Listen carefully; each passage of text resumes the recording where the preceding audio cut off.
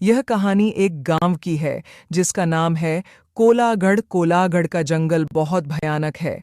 उस जंगल में भूतों प्रेतों का ज्यादा डर था। वहां के लोगों का मानना था कि आत्माएं भूत प्रेत होते हैं। उन्होंने भी इस बात पर तब यकीन किया जब उन्होंने यह सब अपनी आंखों से देखा।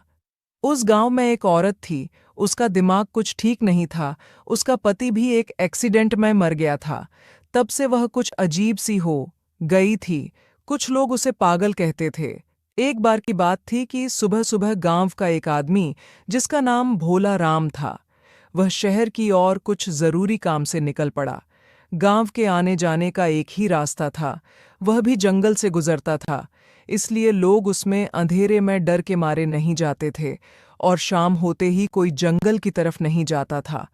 भोला राम जब उस जंगल से जा रहा था, गांव से कुछ दूर ही जंगल में उसे एक औरत की लाश पेड़ पर लटकती नजर आई। वह एकदम डर गया और भागता हुआ गांव वापस आया। कुछ लोगों ने उसे इस तरह से भागते देख कहा, क्या हुआ भोला राम? तुम तो अभी शहर के लिए निकले थे और तुम भागते हुए वापस क्यों आ गए? तब भोला राम ने बताया कि मैंने अभी किसी की लाश को पेड़ पर लटकते देखा। वह लाश किसी औरत की है। देखते देखते सारा गांव इकट्ठा हो गया कि क्या हो गया, कहाँ है लाश, चलो चलकर देखते हैं। तब सारा गांव उसे देखने को चल दिया।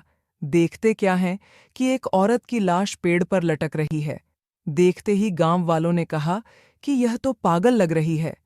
कुछ लोगों ने कहा, इसे नीचे उतारो और इसका दाह संस्कार कर दो। कुछ लोगों ने कहा, छोड़ो, इसका है ही कौन जो इसे आग देगा। वैसे भी इससे सारा गांव परेशान हो गया था, चलो इससे तो पीछा छूटा। कुछ बूढ़े लोगों ने कहा कि ऐसा नहीं कहते, शरीर का दाह संस्कार करना जरूरी होता है, नहीं तो उसकी आत्मा भटकती रहती है। तो कुछ लोगों ने कहा कि तो जाकर उतार ले उसे और कर दे दाह संस्कार, बड़े आए। सुझाव देने वाले, वैसे भी इस जंगल में आत्माओं की कमी नहीं है और एक और आत्मा सही। चलो धीरे धीरे सारे लोग चलते बने दोस्तों। 8-10 दिन तक वह लाश ऐसे ही पेड़ पर लटकती रही, किसी ने उसे उतारा तक नहीं। एक दिन अचानक उस लाश की रस्सी टूटकर पेड़ों पर अटक गई और पत्तों से छुप गई। समय बीतता गया। एक दिन गांव का हरिया नाम का व्यक्ति उस रास्ते से जा रहा था कि उसे वहीं पागल सामने दिखाई दी।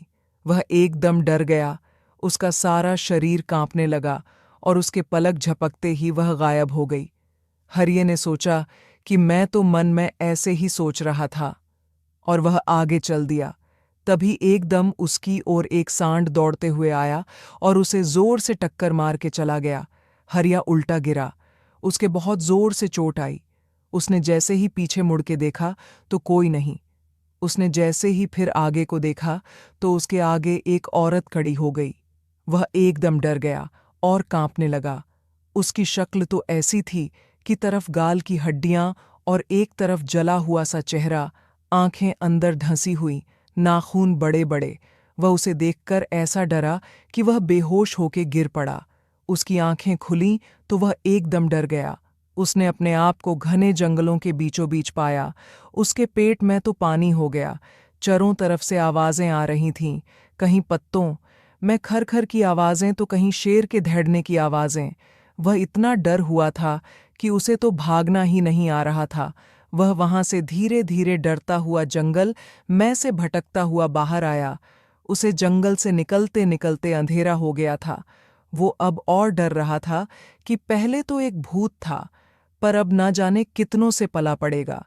पता नहीं आज मैं यहां से जिंदा निकलूंगा कि नहीं। उसके मन में अजीब अजीब से ख्याल आ रहे थे। वह भागता ही चला जा रहा था। भागते भागते वो जाने कैसे उस जंगल से बाहर निकल के आया। उसे इस हालत में देख कुछ लोगों ने उससे पूछा कि इतनी रात को कहाँ से आ रहे हो? तुम्हें डर नहीं लगता क्या? उसने कुछ भी जवाब नहीं दिया। उसे विश्वास नहीं हो रहा था कि मैं गांव में जिंदा आ गया हूँ। उसकी हालत देखकर कह रहे थे कि इस हरिया को क्या हो गया है। वह घर पहुंचा और जाकर कि ओढ़कर सो गया। उसकी औरत ने उसे खाना खाने के लिए कहा, पर उसने कुछ जवाब नहीं दिया। उसने रथ को एक सपना देखा और उस सपने में उसी परेशान आत्मा को देखा।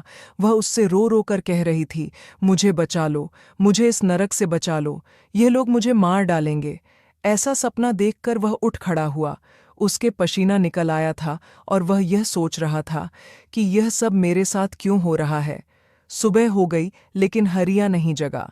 तब उसकी पत्नी ने उसे जगाने के हाथ लगाया तो उसे उसके चेहरे में उसी का चेहरा दिखा। वह चिल्ला पड़ा। तब उसकी ने कहा, क्या हुआ? तुम शाम से कुछ अजीब से डरे हुए लग रहे हो ना? शाम को खाना खाया तुम्हें? आखिर हुआ क्या है? मुझे बताओ।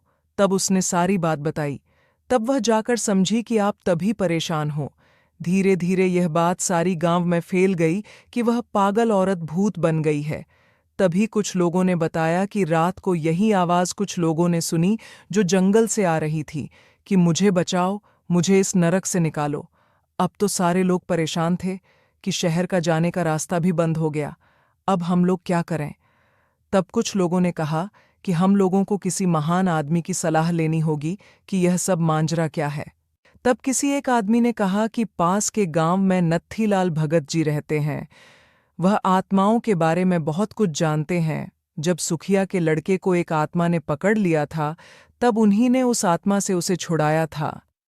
तब कुछ लोगों ने कहा, यही ठीक रहेगा। सब लोगों ने उस भक्त जी को गांव में बुलाया और उन्हें सारी घटना बता दी। भगत जी ने कहा कि तुमने उसके शरीर को न जलाकर बहुत बड़ी गलती कर दी, चाहे वो कैसी भी थी। इतना बड़ा जंगल हो के भी तुम लोगों से 4 लकड़ियों का बंदोबस्त नहीं हो पाया था। इंसान कैसा भी हो, जब वह मर जाता है तो उसका दुश्मन भी उसकी अर्थी को कंधा देने को आ ही जाता है। पर तुमने तो सारी सीमाएं तोड़ दी। चलो अब जो भी हो गया है उससे निपटने के लिए अब तैयारी करो। तब भगत जी ने हवन किया और अपना ध्यान लगा के देखा तो उसे वह आत्मा बंधी हुई नजर आई। तब पंडित जी ने उसे पूछा कि तुम्हें यहाँ किसने बांध रखा है? तब उसने कहा कि मुझे एक दरिंदे ने बांध रखा है। पहले उसने मुझे मार के पेड़ पर लटका दिया था, फिर गांव वालों ने मेरे शरीर का अंतिम संस्कार भी नहीं किया। मेरे शरीर को उसने कहीं छुपा के रख दिया है। इसने मेरी आत्मा को कैद कर लिया है। जब तक मुझे मुक्ति नहीं मिलेगी इससे, जब तक मेरे शरीर का अंतिम संस्कार नहीं हो जाता, मैंने हरिया को भी यह बात बतानी चाहिए। जब तक मैं उसे कुछ बताती, पर उससे पहले उस वहसी दरिंदे ने उसे चोट पहुंचाकर बेहोश कर दिया था। तब मैंने उसे उससे बचा लिया था। तब पंडित जी सब समझ गए और कहा कि तुम चिंता मत करो, मैं तुम्हें अवश्य मुक्ति दिलाऊंगा। तब भगत जी ने आंखें खोलीं। तब उन्होंने कहा, चलो मुझे उस पेड़ के पास ले चलो जहां वह मरी थी। पंडित जी ने कहा कि जिस तरीके से अंतिम संस्कार करते हैं वह सारा सामान ले चलो। तब गांव वाले सारा सामान लेकर चल दिए। पंडित जी आगे आगे और गांव वाले पीछे पीछे। उन्होंने देखा कि वह पेड़ तो बहुत बड़ा हो गया है, वह बहुत घना हो गया है और लाश का कुछ भी अता पता नहीं है।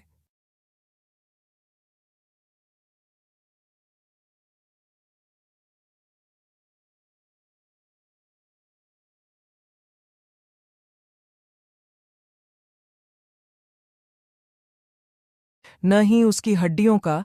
तब पंडित जी ने कहा कि सारे लोग ऊपर चढ़ के ढूंढो, हमें यह काम शाम होने से पहले करना है।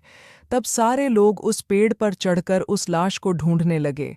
बहुत देर तक वह लाश नहीं मिली। सारे लोग सोचने लगे, लाश गई तो गई कहाँ न, हड्डियों का पता कहाँ गई, एक भी हड्डी नहीं मिली। तब पंडित जी ने नींबू दे दिया सबको और कहा, जहां यह नींबू लाल हो जाए समझना वहीं पर लाश है। 2-3 मिनट बाद एक आदमी ने कहा, यह रही लाश, ये तो हड्डियों का ढांचा है। उसका इतना कहते ही सारे लोग चीखने लगे। भूत भूत, उनके सामने एक भयानक आदमी खड़ा है। उसके यह बड़े बड़े दांत, आंखें, लाल लाल मुंह भेड़िए जैसा। ये बड़े नाखून। लोग डर के मारे ऊपर से कूद गए। एक को तो उस भेड़िए ने ऐसा पकड़ के फेंका कि वह सीधा नीचे आके गिरा। हाँ हाँ हाँ हाँ चिल्लाने लगा, कोई नहीं ले जाएगा इसे, यह मेरी है, इसे मैंने वर्षों से सजा के रखा है। उसने गुस्से में सारा पेड़ झकझोर दिया। ऐसा होते देख पंडित जी ने मंत्र पढ़ना शुरू किया। पंडित जी को मंत्र पढ़ते देख उसने उन पर हमला बोल दिया। पंडित जी को उठाकर फेंक दिया, पर पंडित जी के मंत्र बंद नहीं हुए। उन्होंने जो मंत्र पढ़ पढ़ के उसके ऊपर मिट्टी फेंकी, उसके शरीर पर जहाँ जहाँ मिट्टी पड़ी उसका शरीर वहीं से गलता जा रहा था। उसका एक हाथ टूट कर गिरा। वह पंडित जी के ऊपर ऐसा झपटा, पंडित जी उस जगह से हट गए और वह नीचे जा गिरा। पंडित जी ने फिर मंत्र पढ़ के उसके शरीर पर मारा। वह वहीं ढेर हो गया। उसकी आत्मा निकल के एक गांव वाले के अंदर घुस गई। उसने गांव वालों को ही मारना शुरू कर दिया। उसने तो एक का सिर फाड़ दिया और एक का हाथ चबा गया। इतना खतरनाक होता जा रहा था। उधर शाम होती जा रही थी। तब पंडित जी ने उसकी ओर रस्सी फेंकी और दूसरी ओर एक आदमी ने पकड़ के उसे एक पेड़ से बांध दिया और उसको 2-4 मंत्र पढ़ के मारे और लोगों से कहा, शाम होने वाली है, इससे पहले यहाँ और आत्माएं आए, पहले उस शव को नीचे उतारो और उसका अंतिम संस्कार कर दो। तब कुछ लोगों ने उसे उठाकर लकड़ियों पर लिटा करा आग लगा दी। वह पेड़ से बंधा हुआ चिल्लाए जा रहा था, मत जलाओ उसे, मत जलाओ। उसे देखते देखते वह हड्डियां और राख में परिवर्तित हो गई। उसमें से एक ज्वाला उठती हुई बाहर आई और पंडित जी को नमस्कार किया और कहा कि अगर इसको मारना है तो उसके पहले वाले शरीर को जला दो, तब वह खुद उसके शरीर से निकल जाएगा। ऐसा कहते हुए वह आग का गोला बनकर आकाश की ओर चली गई। तब पंडित जी ने देर न करते हुए उसके शरीर को भी जला दिया। तब वह फिर चिल्लाया, मुझे मत जलाओ, मुझे मत जलाओ। तब तक आग उसके शरीर को जला चुकी थी और उसकी आत्मा उस गांव वाले के शरीर से निकलकर आकाश में चली गई। तब उस आदमी को रस्सी से छोड़ दिया। तब उसका शरीर होश में आया। तब सब लोग उसे लेकर गांव आए। तब सबने भगत जी को राम राम कहा और भगत जी अपने गांव चले गए। तब से उस गांव शांति आ गई।